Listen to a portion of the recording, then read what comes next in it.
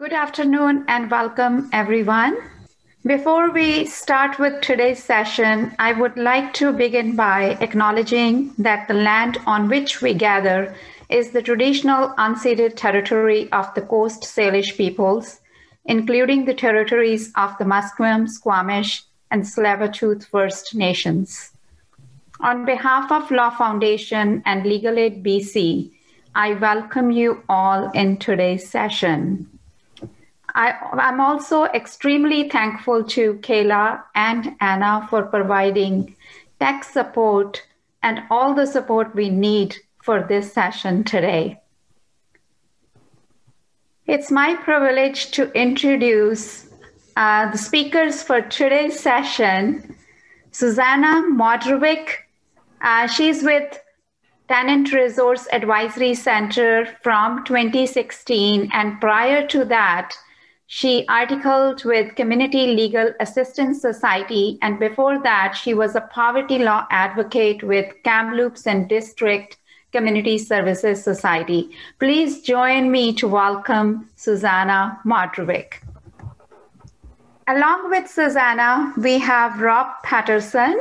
He is with TRAC since 2018, very fresh actually from past 2 years.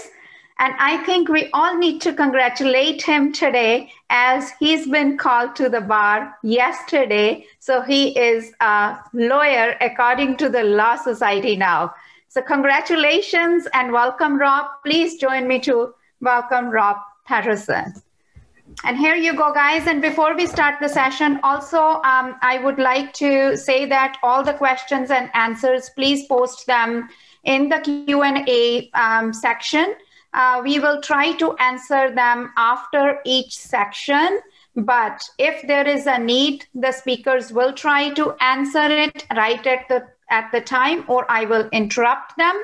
And if there are any questions and answers not being answered, we will follow up by email or some other measures. So welcome to the session and to both of our speakers. All right, so thanks everyone coming today to our housing law update for 2020. We are excited to talk about the updates in the last year. I think in sort of a brief overview off the top, a lot of them are going to be dealing with the changes in housing law that have come about because of in response to COVID-19, the COVID-19 pandemic. But there's also been a number of other changes to RTB policy guidelines, as well as developments in case law that we want to go over. So without further ado, I know we've uploaded these slides on Sked. I realize now I probably should have asked before this began about how that would be working, whether they would be put up in the video shared or if I should open those up. I'm ready to do it on our end if that's necessary, but I know. Well, what's most comfortable for you? Would you rather I run them for you, or do you like to run them? I'm happy to run them on this end. Then all on you. I set that up. Thank you. Okay, great. All right. There we go. All right. So should be seeing our housing law update slideshow here, hopefully. Looks good. Great. All right. So here we are. All right. So we're first going to go over the changes to the Tenancy Act and the tenancy regulation. The first, we're sort of go back in time to March to the two ministerial orders that were passed under the Emergency Program Act when the state of emergency was first declared. So the first ministerial order that came into effect that affected the Residential Tenancy Act was Order 89. And it was the broadest of all orders of the two orders. So it implemented from beginning on March 30th, a ban on issuing any kind of eviction notice, but landlords could still apply for early end to tenancy. The order suspended a landlord's right to enter a rental unit except with a tenant's consent. It prohibited landlords from seeking writs of possession at Supreme Court on orders of possession that they'd already been granted, although they were permitted to seek writs on the orders of possession if they got them through emergency applications to end, or early end applications. It also put a I guess, a ban on tenants trying to seek compensation for services if they were restricted due to COVID-19. So that's a, we'll pick that up again in later orders and the ongoing regulation. That's something that has continued on. So with tenants that have seen disruption in services that they're supposed to be provided through their tenancy agreements or under their tenancy agreements, they do not have the orders and the regulation prevent tenants from trying to claim compensation or a rent reduction for a drop in those services.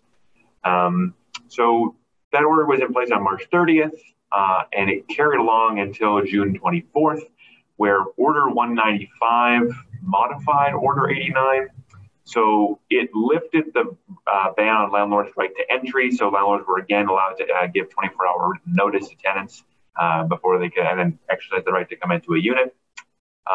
They resumed the ability for landlords to issue any eviction notice except for a 10-day notice for non-payment, as well as 1 month. The 1 month notices related to non-payment. So, for example, if a landlord tried to file for repeated late payment, counting non-payment as late payment, or for a breach of a material term of the tenancy agreement for paying rent, those are also not allowed to be valid. That order also, though, permitted landlords to seek writs of possession on existing orders of possession starting on July 1st. So there were some landlords that had orders of possession that were issued before March 30th. Those were effectively suspended, and then they could be enforced again in the Supreme Court on July 1st. So both of these orders are made out of the Emergency Program Act, but the COVID-19 Related Measures Act is a new statute that takes a number of the ministerial orders made during the state of emergency and enacts them sort of through itself as law. So it's effectively the COVID-Related Measures Act has a schedule of orders that are implemented through the act. They include Ministerial Order 89, presumably including the changes made by 195. And the act says that it will remain in force until 45 days after the end of the state of emergency, which is, I believe, still ongoing. I think the reason for the COVID-19 Related Measures Act was to ensure that some of the orders and regulations would survive past the actual end of the emergency period. So, for example, the repayment period, as we'll get into talking about, for repayment plans, needs to exist. That regulation needs to exist at least until July of next year. If the emergency ends before then, this act makes sure that that rule sticks around until that time. I think one thing that I didn't actually forgot to put in is just sort of what's specifically in the there's a number of changes in regulation. I think now here is the time to mention as well. There is one change specifically to the residential tenancy regulations that accompanies the RTA.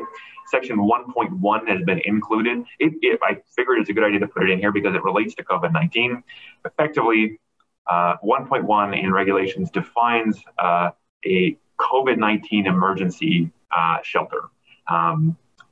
And effectively says that if a shelter emergency, if it's provided on a temporary basis, free of charge to the occupant, and by a person or organization that receives funding from the government for the purpose of providing that accommodation, it falls into Section 4F, which means that the Act doesn't apply. So the long and short of it is, if it meets those requirements, it's a COVID-19 emergency shelter, and the Act doesn't apply. I'd imagine this regulation was brought in to apply to those situations where the province was moving very quickly to house people in emergency shelters and didn't want to be incidentally creating many tenancies that would later need to be dealt with and create hiccups for them later on. Yes. So the CRMA also codifies another piece of regulation that isn't Order 89 or 195, but is actually called the very easy to say, COVID-19 Residential Tenancy Act and Manufactured Home Park Tenancy Act regulation. Very straightforward wording. The big piece of this regulation is the repayment plan framework that it adopts. Zuzana is going to end up talking about this more in the policy guidelines section, because policy guideline 52 as a new policy guideline that goes into a lot of the nuts and bolts on how those work. But a brief overview is that a landlord has to offer a tenant a repayment plan to pay back affected rent. Affected rent is rent arrears that became due or accrued rather during the emergency period beginning on March 30th up until the I think August 16th or 17th. So a landlord has to offer a repayment plan to a tenant to be able to pay that back, and it has to comply with the requirements of the regulation. If a landlord doesn't do that, they can't evict the tenant for non-payment. So effectively, a landlord has to give a tenant an opportunity to pay the money back before they can move to eviction for non-payment. And some of those requirements of those payment plans are such that the earliest that they can require payment is October 1st. The plans have to be offered a full month before the first payment is due. Payments have to be due on the day rent is normally due unless the parties agree otherwise. There's also rules about how many installments it has to take, about accelerating or decelerating installments. And I think Zuzana will get into some of the more details on that. That's a major restriction that this regulation is on an ongoing basis on landlords' ability to evict. But it also, like Order 195, says that landlords cannot be the one on notice to end tenancy for reasons that relate to non-payment of affected rent, including refused late payment, breaching material term, putting landlords property at risk for not paying rent, which is one thing that the landlord might be able to do. That's all no-go. That's, I guess, to be clear, that's not to say a landlord can't try to do that. They can certainly get someone and find an arrangement instead of serving on the tenant. But the tenant can challenge that and make a return argument if it doesn't deal relate to affected rent. That this regulation clearly means that it should not be applicable. One other thing this regulation does is postpone any rent increase. And so any increase effective in 2020 after March 30th will come into effect on November 30th. So from people that pay the rent on the first of the month, December 1st will be the big rent increase day of the year. And one other thing that it has as well is that landlords are not permitted to charge late fees for late payment of affected rent or any sort of administrative fee associated with that. It's important to remember that this regulation, it's only regulation, but the CRMA puts it into force until July 10th, 2021. So on July 10th, 2021, all these things in theory will wrap up. But it's important to remember that with regulation, because it's regulation, it's easier for the government to amend it again or to bring in a new regulation in replacement. It is more flexible and fluid than statute. So it's a good idea to keep an eye on it. I know the Residential Tenancy Provincial website has a COVID-19 page, and when things change, they tend to try and flag it with red boxes and exclamation marks to identify clearly when there's been a change or a shift in the regulation. So it's especially in light of the fact that there is a provincial election underway and parties are promising things about rent and repayment plans and things like that. It's a good idea to keep an eye on that, especially after and around October 24th. Now, again, this is just the less COVID-related section of amendments to the Residential Tenancy Act itself. So the first one to talk about is Section 38.1. 38.1 effectively brings into play a new use for the direct request system. So I'm sure as many as you know, landlords have had access to a direct request system for orders of possession on non-payment evictions. So landlord could issue a 10-day notice. If tenant didn't file the dispute, you could file for an OP through the direct request system that wouldn't require an in-person hearing. Landlord submits the documents, gets the OP back in an email or in the mail without a need for a hearing. This system now also exists for tenants if their landlords don't return their security deposits. So tenants looking to get double their deposits back. And if their landlord hasn't applied, if there's no order made to allow the landlord to keep it, and no agreement allowed to keep that portion of the rent, then the tenant can apply, submit sufficient evidence to prove their case and their claim, and an arbitrator can look at the evidence and without having to have a hearing, can just order give the tenant a monetary order for the return of double the deposit or the unreturned amount of the deposit. I think arbitrators do have discretion to say, if the tenant doesn't have sufficient evidence, or if the arbitrator believes that an in-person hearing is necessary, they may later order one instead of awarding the or making the order. But so it'll be important for tenants to make sure they include as sufficient evidence to prove their claim with knowing that they can't show up and argue in addition to what they submit. One other important change to the Act is in Section 45.1 and 45.2. This was these sections that deal with family violence. So a tenant could give a 2-month notice to end their tenancy because of family violence. And it had to be endorsed by a person defined in the regulations. They tended to be social workers, doctors, people like that. The section has now been expanded to add a definition for household violence. So it is defined as violence that has adversely affected a tenant's or occupant's quiet enjoyment, security, safety, or physical well-being, or is likely to adversely affect those as the tenant or occupant remains in the rental unit. This effectively, so it expands the situations in which tenants can give this kind of notice. It still has to be approved by the person authorized to do so in the regulation. But one sort of very large, one way in which this change very largely expands this category is by extending it to occupants. So a person no longer needs to be an occupant a tenant rather. A person could just be an occupant in the home, and if they're put at risk of household violence, then a tenant can still seek to end a tenancy on this basis. An occupant couldn't seek to do it on their own, but if an occupant was put at risk, then that could still allow a tenant to give this kind of notice, as long as it met all the other requirements. That's the end of the slides specifically about changes to the RTA.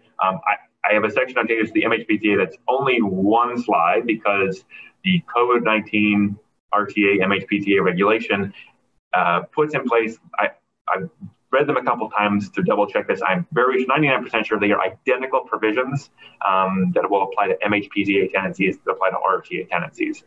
So repayment plans, limits on landlords, ability to issue 10-day notices and 1-month notices.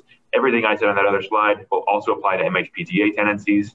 And in addition, actually, that regulation also keeps on ensures the survival of the prevention of tenants trying to claim compensation for loss of services. That is something that applies to both MHPTA and RTA tenancies through this regulation. That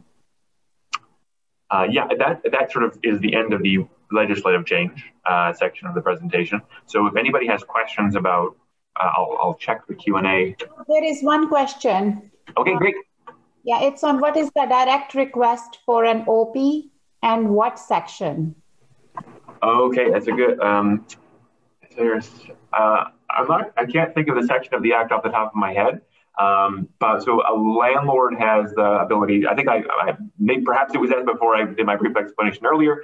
But effectively, a landlord issues a 10-day notice to end tenancy. If a tenant doesn't file to dispute it within the 5 days, the landlord is entitled to apply to the RTB for an order of possession, and they don't have to have a hearing. They submit the evidence that shows that the notice was served, that it's valid, and the RTB will send them an order of possession for the rental unit without having to have an in-person participatory hearing. 38. So the section for the tenant's direct request is 38.1. I'm not 100% sure of the section for the landlord's direct request. I think it's in the 40s, if I had to guess. Probably. Almost certainly in the 40s. I think that's what we have right now. Okay, great. In that case, I will turn it over to Zuzana for the RTB policy guideline change update. Before I do that, I should add that Ministerial Order 89 came into effect March 18th. 18th. Yeah. Oops. Important. Thank you for the correction. It's probably not super relevant. Most things that happen at the end of the month or the beginning of the month. So, thanks. Okay, so now I'm going to talk about changes to policy guidelines. There's been a few complete rewrites. There's also a couple of brand new policy guidelines, and then there's, I think, 4 that are sort of minorly changed. So the first one that was completely rewritten is policy guideline number 5, which is the duty to minimize loss, or the duty to mitigate, as other people refer to it. So essentially the duty to minimize loss is just that where a tenant or landlord suffers a loss or damages as a result of the actions or inaction of the other party, the party who suffers a loss has to take reasonable steps to minimize that loss. So they can't just knowingly allow damages to accrue over time and then go after the sort of breaching party to get those damages. So the new part, well, this has been completely rewritten. So I guess I'll just go through what I have on the slide. It talks about betterment, which the old policy guideline didn't do. So it says the purpose of compensation claims is just to put the wrong party in the same position they would have been had the breach not occurred. They're not supposed to sort of end up better off than they would have if the breaching party hadn't breached, which is good because this should prevent, for example, if a tenant breaks something in a unit, like a dishwasher, but the dishwasher was old, it should prevent a landlord from getting a brand new, more expensive dishwasher, more fancy dishwasher than the one that they're replacing, and sticking the tenant with the entirety of that bill. It talks about partial mitigation as well. So sometimes a party will take some steps to mitigate their losses or minimize their losses, but not all of them, not all reasonable steps. So the example that the policy guideline gives is a tenant who lives in a basement suite has a water leak and their belongings are being damaged by the water from that leak.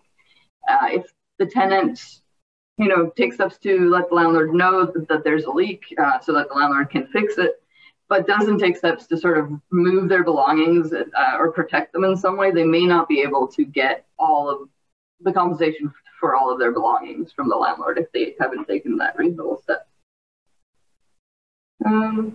It talks about the loss of rental income. So where a landlord wants to claim against a tenant for loss of rental income because the tenant breaches a fixed term tenancy agreement, so they break the lease as tenants often refer to it. This seems to be a complete reversal of what was in the previous policy guideline, which is interesting and everyone needs to flag it. So previously, if a tenant broke a fixed term lease, the landlord wouldn't have to try renting the place out until after the tenant actually moved out. So essentially, the landlord could wait until the unit was abandoned, and then they would be like, okay, well, this tenancy has ended through abandonment, and I now have to re-rent the unit. But now the new policy guideline, as you can see on the bottom of the slide, says that, for example, if on September 30th, the tenant gives a notice to a landlord that they're ending a fixed term tenancy agreement early for unforeseen circumstances and will be vacating the rental unit on October 31st, it would be reasonable to expect the landlord to try and rent the rental unit for the month of November. This is all presuming that the fixed term end date is later than October 31st. So this places an obligation on the landlord to start taking steps to mitigate even before the tenancy is actually ended. This is weird. It's good for tenants in a sense, but it's weird because the Residential Tenancy Act autocorrects incorrect dates on notices to end tenancy. So there's a section of the act that says if a tenant or a landlord gives a notice to end tenancy that has a date that's earlier than it's allowed to be, it just kind of automatically becomes the earliest allowable date. So if I have a tenancy that ends, let's say, April of next year, at the end of April of next year, and I give notice to end my tenancy at the end of February of next year, that will just autocorrect to the end of April. So this essentially is requiring a landlord to mitigate by possibly entering into a contract with another tenant before they can reliably know the tenancy is actually going to end. So I'm not sure how all of that's going to play out. It could lead to some problems. Okay. So the new policy guideline also sets out landlord duty to minimize loss of rental income where the landlord gives a notice to end tenancy. So I don't know if everybody knows this, but if a landlord gives a notice to end tenancy for cause or for a non-payment of rent, and there's a fixed term, the landlord can actually make a claim for loss of rental income if they can't get a new tenant to fill the place. So this policy guideline makes this a little bit clearer. It also says that the burden of proof of the efforts to minimize the loss is on the person making the claim. It always was, but this policy makes that explicit. Is there a question? I think you actually probably just answered it in the last bit. So for steps that the landlord needs to take to mitigate loss of rental income due to broken fixed terms, is the onus on the landlord to show the steps they've taken. It is. Yeah. Okay, moving on to policy guideline 9. Sorry. Okay, one of us has to do it. I'll just keep that from myself. Okay, you just keep it. Okay, so this is the policy guideline about tenancy agreements and licenses to occupy. This was also a complete rewrite. So under the Residential Tenancy Act, this is in the definitions, I believe, a tenancy agreement includes a license to occupy, but that's not the case under the MHPTA. So this makes jurisdiction arguments under the MHPTA sort of more interesting and sometimes fraught. So under the old policy guideline, it just said if there's exclusive possession for a term and rent is paid, there's a presumption that a tenancy has been created unless there are circumstances that suggest otherwise. So the old policy guideline says if it looks like this person's paying rent and they have exclusive possession, we're just going to assume there's a tenancy. If one of the parties wants to argue that there isn't, that the RTV doesn't have jurisdiction, then they have to show evidence to that effect. The new policy guideline now says that it's up to the party making an application under the MHPTA to show that a tenancy agreement exists, which was never the case before. It now essentially seems that anytime anyone wants to make an application under the MHPTA, they need to at least be prepared to show evidence that there is jurisdiction. It talks about factors that may be considered to distinguish a tenancy agreement from a license to occupy. And again, this is in the context of the MHPTA. It's pretty similar to the old policy guideline. It's been reorganized, reworded, and expanded a bit. So the factors that they talk about are pretty similar, but now they're broken up into categories. One category is features of permanence. Another one is factors that may suggest the MHPTA does not apply, and then there's other factors. So features of permanence are things like has the tenant attached permanent fixtures like a deck to the mobile home, that kind of thing. Factors that may suggest MHPTA doesn't apply, things like restricted visiting hours, rent charged daily or weekly, owner retains access or control over parts of the site, that kind of thing. So those kinds of things were factors before, now they're just kind of reorganized. It also talks specifically about zoning. So whether or not zoning allows MHPTA tenancies on the property may inform an arbitrator's decision about whether the MHPTA applies or not, but it's not determinative. What's determinative is the actual use of the site. Okay, policy guideline 11. This was also a complete rewrite, but this one mostly just for clarity, so there isn't a lot of substantial change. This is about amending and withdrawing notices. So yeah, the only substantial change is that there is a paragraph removed that specifically mentioned the word estoppel. So now, as far as I can see, it doesn't do that anymore. So if you want to argue estoppel, you may want to put in some case law for an arbitrator. So BCSC decisions about estoppel, for example. But the policy guideline still talks about implied waiver. So most of the time when you want to argue that a landlord has essentially waived a tenancy or a notice to end tenancy, you're talking about implied waiver. So I don't know, the landlord by their conduct has indicated to the tenant that they actually wish the tenancy to continue rather than to end. For example, they keep taking rent and don't indicate that it's for use and occupancy only, or the landlord has applied for an order of possession on a notice to end tenancy, but then withdraws that application. That those kinds of behaviors indicate that the landlord wants the tenancy to continue. Another complete rewrite is the rights and responsibilities of co-tenants. And I think this one was also for clarity. I didn't see a whole lot of substantial change. Clarifies what tenants and clarifies that one tenant or co-tenant can sign a mutual agreement to end tenancy, and that will be effective to end the tenancy for everyone. This was a question I actually had for a time, so I'm glad that they answered it, even if it's not the way I really wanted it to be answered. Necessarily. I mean, I can see both sides of this one. It provides more specific scenario-based examples of co-tenancy issues. So it includes examples to show what joint and several liability is. So when we talk to tenants who are co-tenants, so two tenants on one tenancy agreement, we often tell them that they're jointly and severally liable for anything to do with that tenancy agreement. And then we have to go on to explain what that means. Well, now the policy guideline does that, and reasonably well.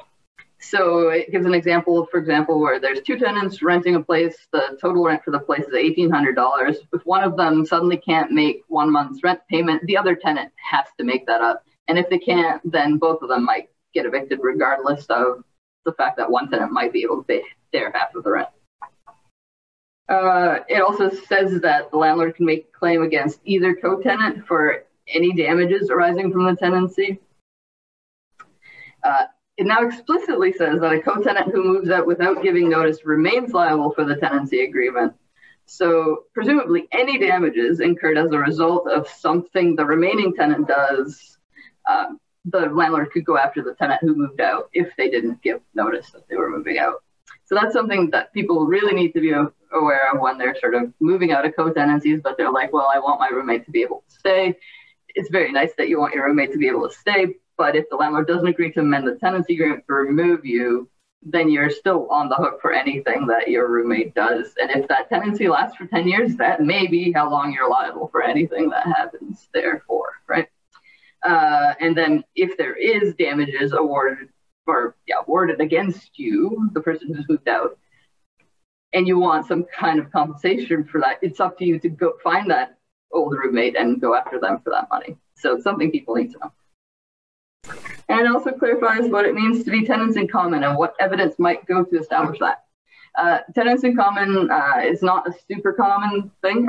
It's mostly sort of rooming house situations where you find this. So it's where you have two tenants in the same property or two or more tenants in the same property who are renting with separate tenancy agreements. So you could have one tenant with a tenancy agreement for one room, another one for a tenancy agreement for another room in the same unit, and they could share common areas, but they would be tenants in common. If you need to establish that, the kind of evidence you need to have is you'd have to actually have the separate tenancy agreement, for example. That would be good evidence for each tenant in common. Or at least evidence that they pay rent separately, each individually to the landlord. They gave separate security deposit, that kind of thing. Okay. Policy guideline 49. This is a brand new policy guideline, and this is the policy guideline that talks about the tenant's direct request to get their security deposit back. So, or the pet damage deposit. And this is referring to section 38.1 of the Residential Tenancy Act, which is where the new legislation is. So for this kind of request, these are the things that a tenant must provide, and that must is important. If a tenant can't provide one of these things, then a direct request is going to fail. At least that's my reading of this anyway. So the first thing they must provide is a copy of the signed tenancy agreement that shows the initial amount of rent, the amount of security deposit required, and if applicable, the amount of pet damage deposit required. If a pet damage deposit was accepted after the tenancy began, the tenant has to provide the receipt for that deposit. Copy of the forwarding address that was given to the landlord. They now have a form for this if tenants want to use it. It's a recommended form. It's not required, but it'll make this easier if tenants do use that form. Or a copy of the condition inspection report that shows the tenant has written in their forwarding address on that. Completed proof of service of forwarding address, so there's a required form for that. Tenant's direct request worksheet, required form for that. And the date the tenancy ended. And tenant must provide all 6 of these things. If they manage to provide all 6 of these things, they may be successful in their direct request. If they do not, they will not be successful in their direct request. So for example, if a tenant doesn't have a signed tenancy agreement, there's no point in trying. You can still apply the normal way and have a participatory hearing, but the tenant's going to have to establish some other way that there was a tenancy agreement and establish what the security deposit was that they want to have returned. Yeah, so I'm sure you all know what the process was before that, but in case there's anyone who doesn't, before this came into effect, every tenant who wanted their security deposit returned first had to give their landlord their forwarding address in writing.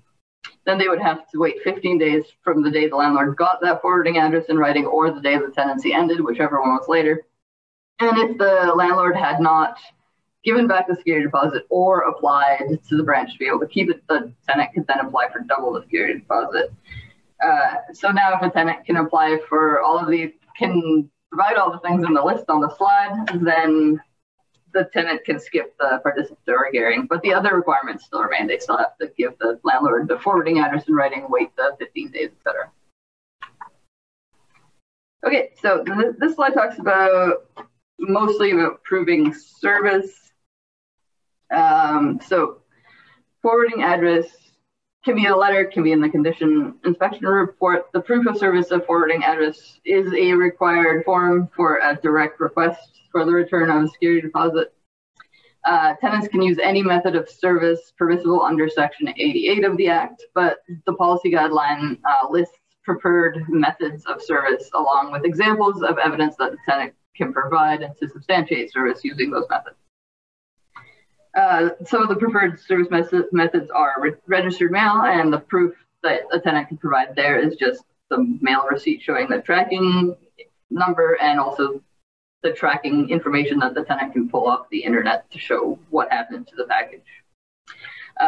In person is one of the preferred methods. Proof can be written confirmation of receipt by the landlord or a signed witness statement by somebody else. The policy guideline will have details of what should be in that kind of confirmation. So tenants need to look at that to make sure that they have it right. A tenant can leave something in the mailbox or a mail slot or attach it to the door or other conspicuous place. And the proof, again, could be a signed witness statement. And again, the policy guideline has contents or suggestions for contents of that witness statement. And they can fax. So if a landlord has fax and the tenant has a way to fax the thing, then they can do that and then just provide the transmission receipt as evidence.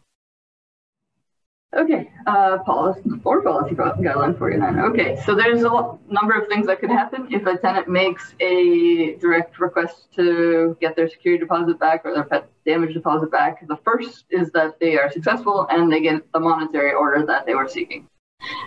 That's fairly self-explanatory. These are the things on the slide are what the director has to be satisfied have happened. So at least 15 days have elapsed since the landlord received the tenant's forwarding address in writing and since the tenancy ended. There's no outstanding monetary order against the tenant, that there's no written agreement that the landlord can keep the deposit, and that the tenant did not forfeit their right to the return of their deposit. I don't know what evidence the policy guideline doesn't list what evidence a tenant might want to provide to show those things, but presumably the documents that they list should be enough. Okay, the second possible outcome is adjournment to a participatory hearing. This could happen if an arbitrator has some questions about the documents that were submitted, or if the arbitrator thinks that they need to make findings of credibility.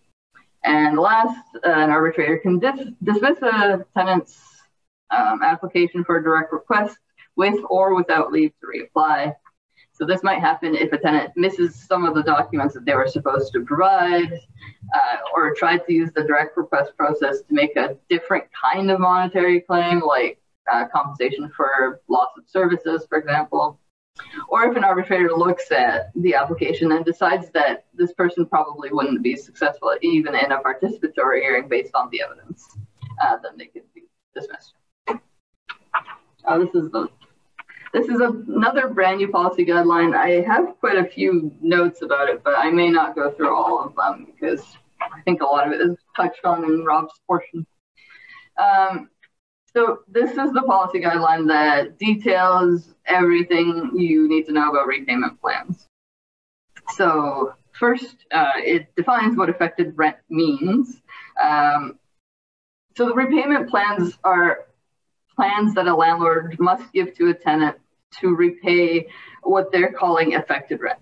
And effective rent is just any sort of rent arrears that accrued between a specified period. And that specified period is between March 18th, 2020 and August 17th, 2020. And utility charges as well. Okay, so the COVID-19 regulation that Rob pointed to sets out that the repayment plans have to have certain terms. We've already gone over that, I think. Couple of them. It's a long policy guideline, so I'm not going to bore you by essentially reciting it. But it specifies what terms have to be in the repayment plan. It talks about when and how parties can amend those terms. So the repayment plan has to be what? When does it have to be? What is the period? Do you remember? The earliest it can begin is October 1st, and I believe the last payment, it has to offer is on July 2021. Yeah, up to July 10th. That's when the regulation fades out of existence. There's things that if parties can agree to an acceleration period where payments start smaller and begin to get bigger. Yep, only in that direction. Only in that direction, and parties have to agree. So a landlord can't impose that, and a tenant can't impose it either. Yeah. They can also agree to amend by extending the repayment period, but they can't agree to amend by making it any shorter than the regulation and the policy require. Although conceivably, if a tenant just began to pay it faster, that wouldn't be a breach of the agreement. No, it would be tough to see a landlord wanting to make that kind of claim. And succeeding. It would be even tougher. Okay. So, what did you write in? I'm talking to myself. Valid repayment plan that has been given to a tenant. And okay, so this talks about monetary orders. So where a landlord wants to apply for a monetary order, and that monetary order has to do with the effective rent, there's sort of different things that might happen depending on when the application was made. So if the application was made before July 31st, and if a valid repayment plan has been given to the tenant and the tenant is in good standing because they've either made their payments that they were supposed to make under the agreement, or they haven't come due yet, then an arbitrator may grant a monetary order, but it's going to be subject to the terms of the repayment plan.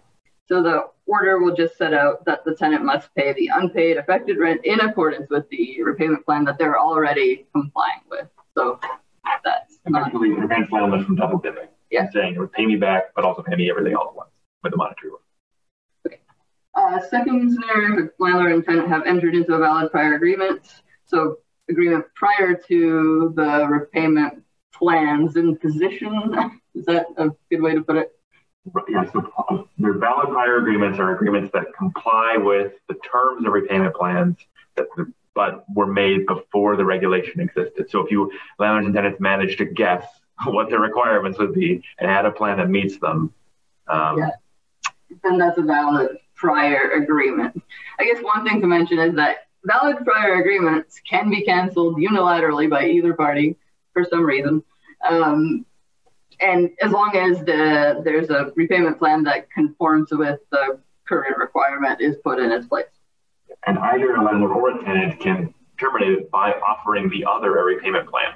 So a tenant may want to offer a landlord a repayment plan in some cases in order to override a valid prior agreement. The landlord would want to issue one in order to be able to meet the requirements for serving a 10-day notice if the tenant isn't paying.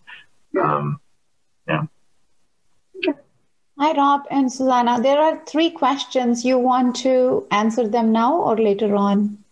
Maybe let's just get through this stuff about repayment plans, and then at the end of this section on policy guidelines, we'll touch on them. I had them up on my screen, so I got them thinking about them in my back of my head. We'll If we just soldier on to this last little bit on the repayment plans. Yeah, before it fizzles, I know, go ahead. Okay, yeah, so valid prior agreement. So if there's one of those in place and the tenant is in good standing, that is, they've complied up to now, then unless there's some kind of exceptional circumstance, an arbitrator will not grant a monetary order subject to the terms of the prior agreement. And this is because the agreement can be unilaterally canceled at any time. So an arbitrator doesn't want to sort of put in place an order that can't be canceled at any time unilaterally, I guess. If a tenancy ended prior to a repayment plan being given or ends after a repayment plan has been given, or there is a prior agreement and the tenant has failed to pay an installment, the arbitrator may grant a monetary order that the unpaid affected rent be paid in full as of the date of the order. And where a landlord is required to give a repayment plan, but no valid repayment plan has been given and no valid prior agreement exists, the arbitrator may assist the parties in completing a repayment plan that meets the requirement of the COVID-19 regulation. Or they might dismiss the application with leave to reapply. I think that's all for applications of monetary orders made prior to July 31st. Yeah. I can't remember what it says about the ones after that, actually. It talks, so depending on the circumstances, if a landlord applied after the 31st and there is a repayment plan in place and it's being followed, the RTD may treat those applications themselves as attempts to circumvent the regulation, and the regulation says it might treat them as abuse of the dispute resolution process, which is very bold language. Yeah. And so hopefully it gives tenants teeth to fight back if the landlords are trying to do that. Maybe in reason for the RTV to intervene with administrative discipline, but we'll see. Yeah, it does actually say something about failure to comply with the regulation, so it might lead to the CEU becoming involved and might issue admin penalties for that. Do we want to do the questions now? This is the last thing is that, for existing monetary orders, a landlord can't use it as a basis for a 1 month notice to end tenancy for non-compliance with an order of the RTV. If it has to do with affected rent. So that's one thing that they have to remember.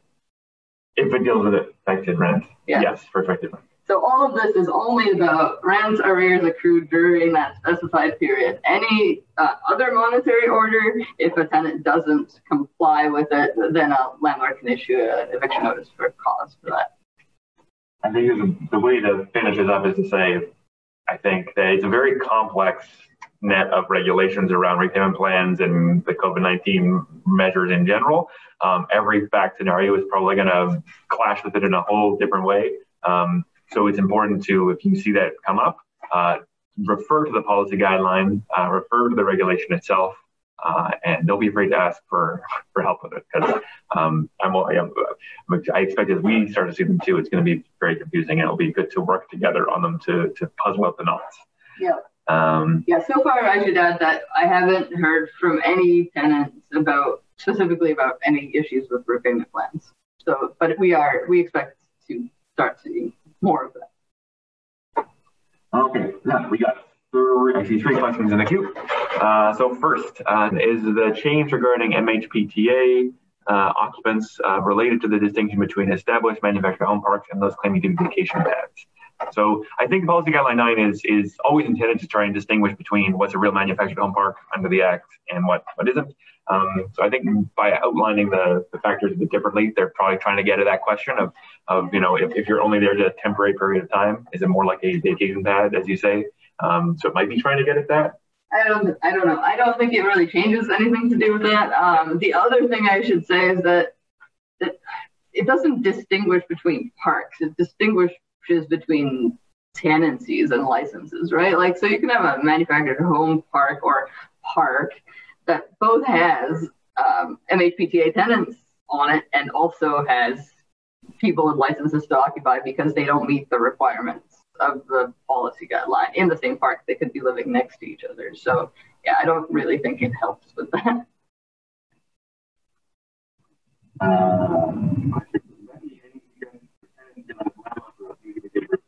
I think this was asked sort of around the direct request portion. So, sure. I mean, a tenant during the tenancies, especially, can always make an application to the RTB for the landlord to comply with the Act, because for certain things they are required to give receipts. So that's the short answer. Longer answer would be, if the tenant can pay rent or whatever they require receipts for in a way that doesn't actually require the landlord to give them a receipt, that might be something to think about. Mm-hmm. And same with the copy of the tenancy agreement. The Act requires the landlord to give the tenant a copy of it. If the tenant doesn't have it, they can make an application to the RTB for an order that the landlord gives them a copy. Mm-hmm. And I believe this sort of meshes into the direct request for tenants too. If a tenant just doesn't, if they paid that pet deposit after the beginning of the tenancy, but they didn't get a receipt for that particular pet deposit, and they paid, in a way where they can't prove that they paid it otherwise, it probably is a safer, a better bet to, instead of using direct request, to use the traditional method of having a regular hearing where they can testify to an arbitrator that they paid and provide evidence that isn't a receipt, might just be a bank statement showing a particular amount of money being withdrawn on a day that was when the pet deposit was paid or near when it was paid. I think that would that evidence live up to the direct request standard? Probably not, because it's very strict. So it's safer to go just with the regular participatory hearing application on those kinds of things. I would say that. It's the guideline lists specific documents that tenants must provide. If a tenant does not have one of those documents, they should probably just apply the normal way and have a participatory hearing.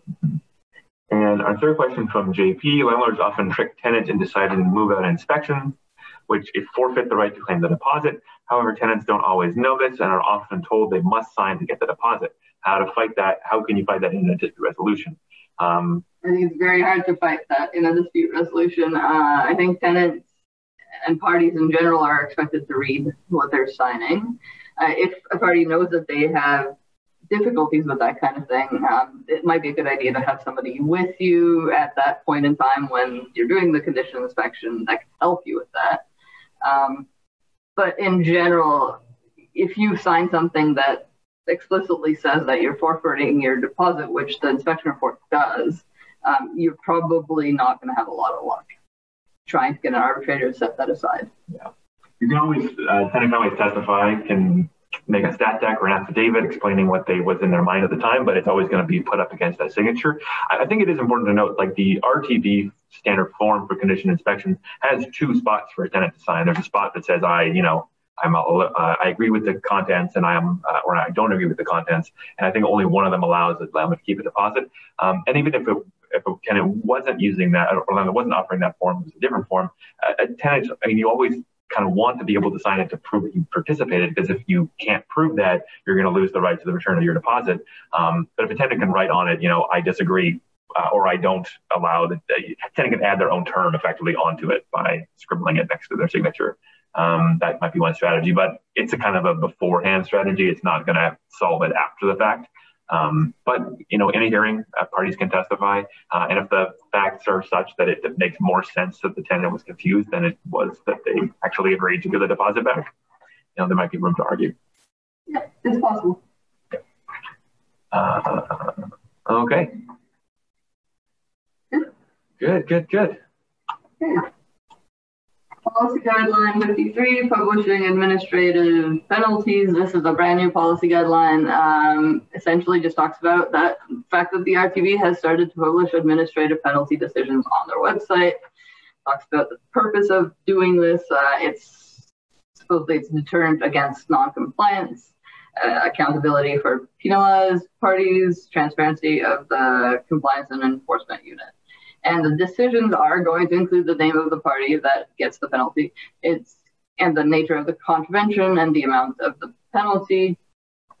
Won't include names of third parties. Or I guess the other party, not just third parties. So it's only going to include the landlord's name, for example. If the landlord's the one getting the penalty, it won't include the tenant's name, which is fair, I think. Decisions will be published 15 days after being made, just to account for the review consideration deadline. And posted decisions will be reviewed every 5 years. If the penalty is paid and the landlord hasn't committed any new relevant contraventions, then the RTB will decide to take it down, probably. Yeah. It's also important to note, I think based on the wording of the policy guideline, that these same rules will apply if the fine is against the tenant.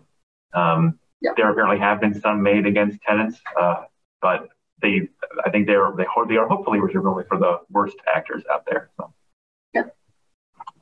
And okay, so these are the 4 policy guidelines that have just had small changes. The first one is policy guideline 30 on fixed term tenancies. The sections that are changed are C and F. And the changes are just to reflect the changes in the law with respect to early end to fixed term tenancy for family or household violence or long-term care that Rob already talked about. Policy guideline 42, digital evidence, now has a list of file types that the RTB will accept rather than a list of file types that they won't, which I think is probably more useful. 44, policy guideline 44, which is about format of hearings, now specifically references RTB form 36, which is the new required RTB form to request an alternate format of hearing. And policy guideline 46, which is the emergency shelters, transitional housing, supportive housing policy guideline. The only thing that changed in there is a change to reflect the addition of 1.1 to the residential tenancy regulation, which is the emergency shelter definition for COVID-19 emergency shelters. And that's all the changes in the policies. Great. And now we are on to case law. I lost it, Dave. That's fine. Okay, you find I can find it. So we have picked the 3 most, we think, impactful decisions in the last 12 months since the last one of these conferences to talk about. The first of these is an MHPTA decision, so Wiebe and Olsen. So in this case, Ms. Wiebe was a tenant under the MHPTA. She had moved her motorhome onto Ms. Olsen's property, had been paying rent. Over time, the motorhome, while at one point being more mobile, she sort of had cemented it down, so removed the wheels, sealed the doors shut, added roof and patio. The tenancy continued, but the relationship between the parties deteriorated. And at one point, Ms. Olsen, the landlord, served a notice to end tenancy. Classic MHPTA proper form. Ms. Wiebe filed with the Residential Tenancy Branch to dispute it. Before the hearing, both parties submitted evidence and written submissions that went to the merits of the eviction notice itself. Neither party ever raised prior to the hearing in their evidence the question of whether the MHPTA or the RTA didn't apply. They just assumed that it did. They treated it as if it was an MHPTA tenancy. But at the hearing, the arbitrator, either on their own initiative or perhaps prompted by the landlord, Ms. Olsen, it's not clear from the record, found that they didn't have jurisdiction over the hearing. The arbitrator effectively looked at policy guideline 9. Zuzana talked about the list of factors mitigating in favor of a MHPTA tenancy or against it, and just being a license to occupy. Specifically cherry-picked factors that mitigated against it falling into the MHPTA, made no reference to the factors that supported it being an MHPTA tenancy, and ignored other relevant evidence about the motorhome. Just sort of their own initiative said no jurisdiction, and that was that. One of those quick slapdash decisions from the RTB. So Ms. Wiebe took it to judicial review, and the judge agreed with the tenant's arguments and overturned it for 2 different reasons. So first, the judge found that the arbitrator erred when they were by only considering factors in the policy guideline that supported a finding of no jurisdiction and ignored all of the factors and evidence that actually supported the other finding. They also found that it was procedurally unfair for the arbitrator to spring the issue of jurisdiction on both parties when everyone had agreed beforehand that the act applied. So this case, I think, is important and can be used for the following ratios. So arbitrators can't just cherry pick parts of a guideline, especially from one single list of factors. If they're relying on parts of it and not others, they have to explain why. They can't just take the parts they like and ignore the parts they don't. That's going to be useful in hearings, to put this case in if you want to make sure, an arbitrator is considering the full extent of a guideline, both the parts for and against an argument that perhaps the landlord is making. Another important thing, and this is a bigger procedural fairness piece, is so what the judge found specifically that when one party in a hearing clearly concedes a point, and an arbitrator intends to rely on a new position that undercuts the effect of that concession on their own initiative, they have to give the parties an opportunity to reasonably address the tribunal's concerns. So I think this goes beyond this particular situation. There are times when arbitrators, the facts come before them, the parties are ready to go, have a hearing on the merits. An arbitrator, thinks, oh, maybe there's no jurisdiction here, either because the facts look like that, or perhaps they just have a busy day and they want to get this hearing out of the way a little bit quickly, and they see a door they can walk out of the hearing through. An arbitrator can't just say no jurisdiction. They can't just bring it up. They have to ensure that there's a reasonable opportunity for both sides to address their concerns about jurisdiction. And it goes beyond jurisdiction too. Anything an arbitrator raises on their own initiative that the parties didn't anticipate or hadn't prepared for can't reasonably address. They can point to this decision and say, you have to give us an opportunity to make our case on this particular point. And in some cases, parties probably going to want to argue that an adjournment is necessary to address the issue. So if parties were prepared for the hearing, jurisdiction comes up, it's a complex jurisdiction question. There's a good, this case can stand for the principle that, if it's sufficiently complicated or intense, or parties just aren't prepared for it at all, that the procedural fairness requires an arbitrator to actually adjourn the hearing, have a second date for the hearing, where parties will have time to prepare ahead of time for the questions that the arbitrators have about jurisdiction. That we read a lot of jurisdiction cases at one point, and it seemed to me from what I saw that many arbitrators raised jurisdiction on their own without either party raising it. So this should be useful for people moving forward. Another thing I kind of wonder, which this decision wouldn't address, but I wonder whether it can be stretched, is like what happens if a landlord raises jurisdiction for the first time ever at the hearing without ever giving the tenant any warning that was going to happen. Whether this could be sort of used to prevent that. Mm-hmm. You could certainly try and use it. I think one problem would be that you would never be able to anticipate that, so you wouldn't put the case in. But case law is binding, regardless of whether it's submitted. You just have to convince an arbitrator to punch the case name into Canley and look at it on their own initiative. Right. The next case to talk about is Kahn and Savino. So Mr. Kahn, a landlord, had filed a $17,000 monetary claim against Mr. Savino. There was a hearing set May 7th. On April 23rd, Mr. Kahn amended his claim to increase it up to $30,000, and he submitted at that time a large volume of additional documentary evidence. So the arbitrator in the hearing found that Mr. Kahn had submitted the extra evidence one day late, and even if he hadn't submitted it one day late, he found that Mr. Kahn was attempting to ambush Mr. Savino at the hearing by submitting all this evidence on the last available day and increasing his claim almost 2 times.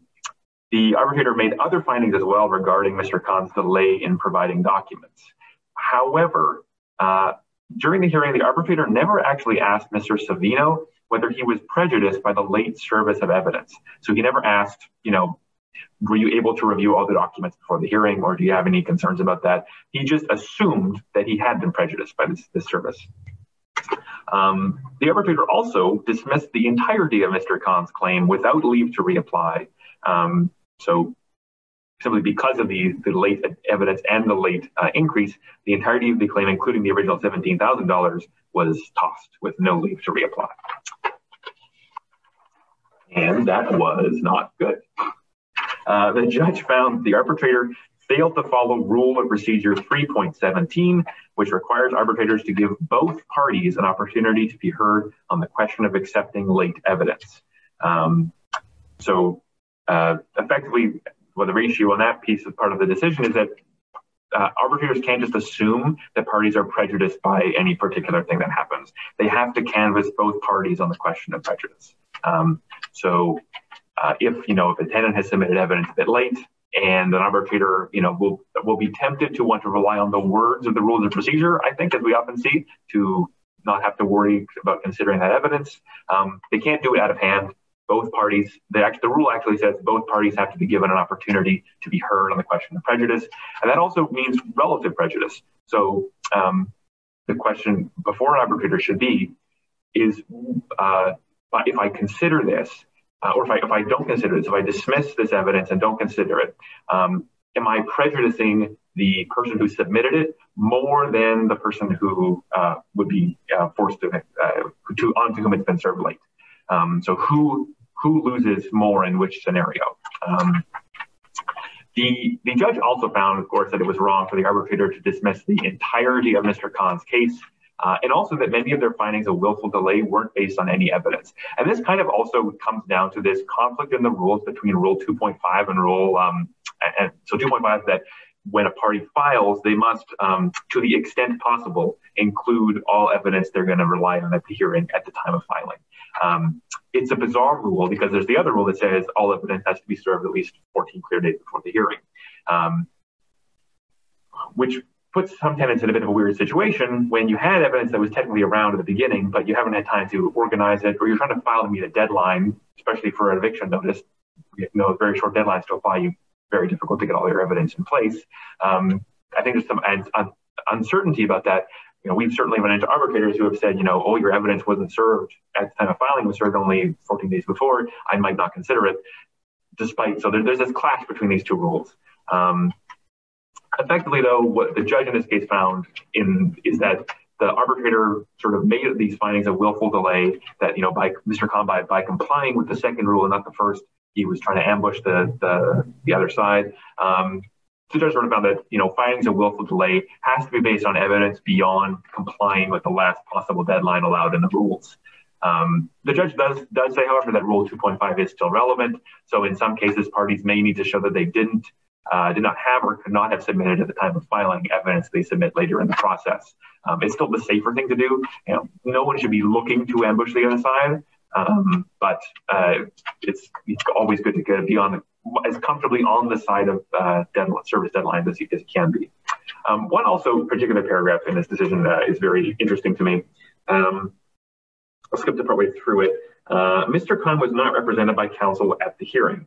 The RTB rules are extensive and frankly confusing. It is completely understandable that a layperson may not appreciate all the many components of the filing requirements. It was incumbent upon the arbitrator to take the time to explain to Mr. Khan why he reached the conclusion he did, ensure that Mr. Khan understood the scope of the continued hearing, and allowed Mr. Khan to present his case. So the hearing in this case boiled over and dissolved because the arbitrator made this decision to reject Mr. Khan's late evidence and late change of his application. And Mr. Khan didn't understand, kind of continued to argue about it, and then the arbitrator pulled the plug on the whole thing. So arbitrators can't do that. They can't simply allow one thing to boil over and dismiss an entire part of a claim. They have to be able to explain to parties the decision they're making. This is, I think, something that we always kind of knew because of principles of procedural fairness and natural justice, but it's nice to have somebody say it. And if you're in a hearing where an arbitrator is starting to make quick fire decisions without sort of explaining to anybody why they're doing it, it might be a nice thing to point to. And finally, the most exciting, I think, of the three, Guevara and Louis, very useful decision. So Ms. Guevara was a tenant of Ms. Louis.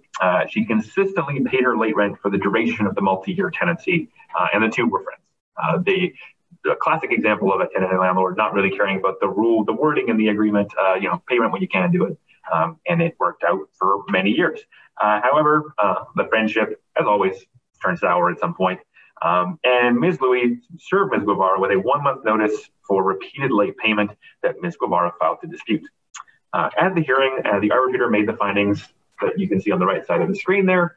So found that the tenant had been repeatedly late paying, confirms the tenant was 12 times in total, 6 times in the most recent year. The landlord acted in a timely fashion. The arbitrator noted the tenant's evidence here on the difficulty paying rent on the first because of her online banking app, but said it was the tenant's responsibility, and preferred the testimony of the landlord. And the tenant's failure to pay rent was not due to circumstances beyond the tenant's ability to control. So the tenant judicially reviewed it, and we get a very interesting decision that's very kind of wide-ranging in its implications. So the first big important finding, I think, is the judge found that the new Supreme Court of Canada case of Avalov that rewrote some administrative law late last year, means that tribunals must demonstrate an understanding of the proper approach to statutory interpretation, which the summary of which is you have to read the language chosen by the legislature in light of the purpose of the provision and the entire relevant context, so the context of the statute. The judge found in this case the arbitrator failed to do that because Section 47 requires serious misconduct before an eviction is permitted, and because the arbitrator failed to take into account the full circumstances and context of the tenancy. So Ms. Guibe had been paying rent late for years, hadn't really been warned about it, wasn't a big deal, and now all of a sudden she gets this cause eviction. Arbitrator failed to take those factors into account. The judge also, excitingly, found that the arbitrator failed to consider or apply the principle of estoppel. Zuzana mentioned earlier that mention of estoppel was removed from the implied waiver policy guideline. This decision contains a summary of how estoppel can be used to argue a defense against late payment of rent evictions where the landlord's accepted rent late in the past. So if you have a 1 month notice for late payment, put this case in. And in fact, if you have any 1 month notice for cause, this case is probably a good one to put into evidence. Because the judge effectively looks at Section 47 and I think for the first time on record says, I'm going to figure out what this section means from a judicial perspective and globally, not just one subsection, but the whole thing. And effectively says, and this is now case law, that the section, any eviction for cause requires, as you see on the bottom right here, serious misconduct that seriously affected the landlord or other tenants of the building, failed to comply with condition precedent to the rental agreement coming into effect. That's, I believe, a payment of a security deposit. If a tenant didn't pay it, sort of condition precedent to forming a tenancy, or have taken an unreasonable amount of time to comply with the material term of the tenancy agreement. That also is a specific subsection. So pretty much we have these two particular interpretations of two subsections for non-payment of security deposit and non-compliance with material term.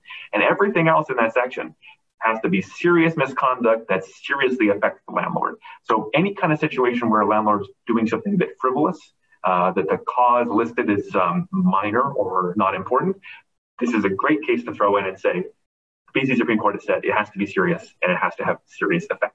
The misconduct has to be serious and the effect has to be serious. So hopefully that gives some new room and breathes new life into fun arguments you can have about what that means. Additionally, arbitrators in hearings have to demonstrate an understanding of the proper approach to statutory interpretation. So they have to actually engage with the text, context, and purpose of a statute, and they can't choose interpretations simply because they're convenient. They have to engage with the statute in relation to the relevant circumstances before them. So if you know in a case you're going to have, there's going to be a question of statutory interpretation. Again, another great case to put in to say, arbitrator, you have to turn your mind to this. You know, you're not allowed to gloss over this. It will help flag for them the importance of treating it with importance. For example, we had a case where the core of the case was a jurisdiction argument that turned on the interpretation of different subsections of Section 4. We put this case in to make sure the arbitrator knew that, you know, the interpretation of these sections is highly important. Yeah, the case will turn on it, and you need to make sure you demonstrate the proper approach to statutory interpretation in it. I think in that case, we were lucky. We had an arbitrator that we probably didn't even need to say that to and understood the importance. But for those who might not, this is a good case to use to flag for them the importance of turning their mind to those questions and also the approach that they have to take. They can't choose one out of convenience. They can't look at the plain language. They have to engage with the intention, the purpose, and the context of the provision that you're trying to get them to look at. That's it. That was the last. Those are the three cases for the case law update, and that brings us to the end of the RTA update. I don't see any questions left in the queue, but we're happy to answer some. We're 10 minutes ahead of schedule. So. Thank you for attending today, and I hope I didn't talk too fast. Well, you both were wonderful. Thank you for sharing your wealth of knowledge with all the participants. And thank you everyone for attending. If you don't have any other questions, I think we are done for the day. The session is then done. Thank you, Rob, and thank you, Zuzana, for your wonderful, wonderful wealth of knowledge. There will be a survey link sent to all of you. Please fill out that survey. Your feedback is very important to us. Thank you, and thank you, Anna, and thank you, Kayla. Thanks, everyone.